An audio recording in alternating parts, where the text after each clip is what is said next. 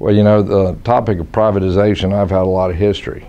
There is somebody, I haven't checked the facts, but they told me that I was involved in more privatizations at the federal level than anybody they ever knew involved in the federal government. Because when I was Deputy Secretary of Energy, I championed the privatization of some of those functions on which government didn't have a core competence. I'll give you two examples. We had naval petroleum reserves that were operated by the government from a time in World War I where they were predicting that we would run out of oil during World War I, so that the government had to take over some oil fields in California and Wyoming. And they remained under that control because the contractors wanted to continue to do the job. I was one of those people who engineered basically putting it up to bid, getting money for the taxpayer so that we can pay down the debt of the federal government, and putting it in more efficient hands. The same thing with the manufacture of uranium used for nuclear fuels. I championed that. Between the two of them, there were $7 billion of privatizations that I helped shepherd through. I will also tell you that there's cases I've seen where privatization has hurt the taxpayers because the vendors were able to get away with murder.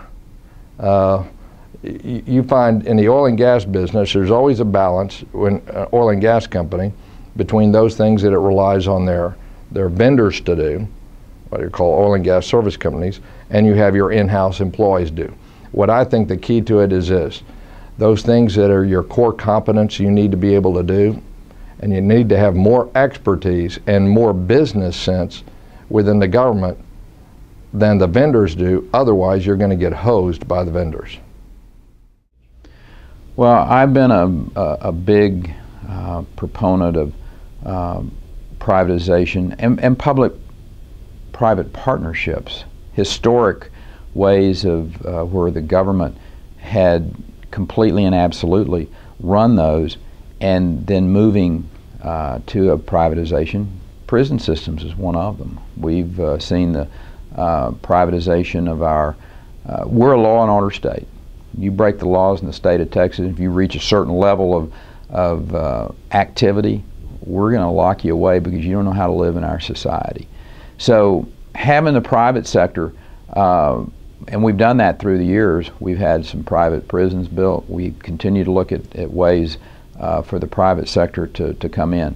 And I'm a big believer that you know, there are things on the law enforcement side, transportation infrastructure. Historically, that was completely done by the government making the decisions and contracting out to some private sector contractors to build the roads.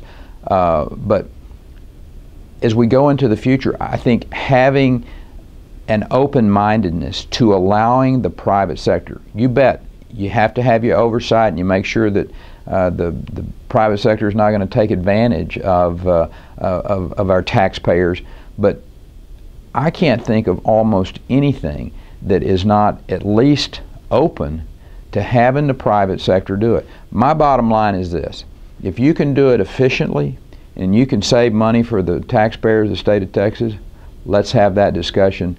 Let's let the private sector do those jobs that historically government has kind of had a hands-off approach for the private sector doing.